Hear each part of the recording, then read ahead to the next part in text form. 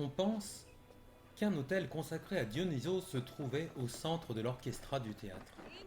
Cet autel central aurait été le point focal de la danse du cœur. Certains archéologues avancent cependant que l'autel se trouvait en réalité sur le flanc de l'orchestra, et on continue à se demander s'il était ou non présent au théâtre à titre permanent. L'autel était utilisé lors des cérémonies religieuses avant et après les représentations. Dionysos recevait des offrandes et des sacrifices animaux, bœuf, mouton, porc et chèvre.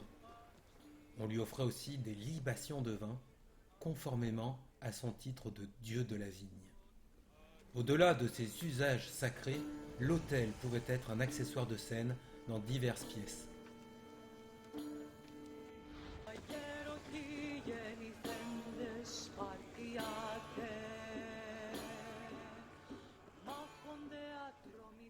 Dans la Grèce antique, la musique, chantée ou instrumentale, avait de nombreuses fonctions. Elle était utilisée lors des cérémonies. Elle était aussi utilisée pour donner le rythme lors de l'entraînement au combat. Et, bien sûr, elle était utilisée pour se divertir. C'est ainsi qu'il y avait des musiciens dans les sanctuaires.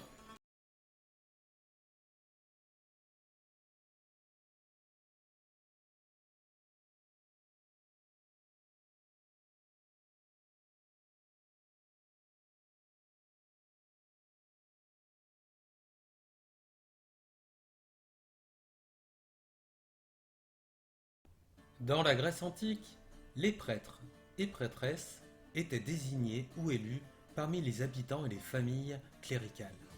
Ils effectuaient des rites sacrés lors d'occasions spéciales telles que des fêtes ou en fonction des besoins. Les maisons des prêtres étaient souvent liées à leur office, mais ils n'y résidaient pas, préférant demeurer chez eux dans le quartier résidentiel de la cité. Les maisons des prêtres étaient considérées comme trop sacrées pour les activités quotidiennes, et les prêtres devaient accomplir des rites de purification tels qu'une période de chasteté avant de pouvoir y entrer.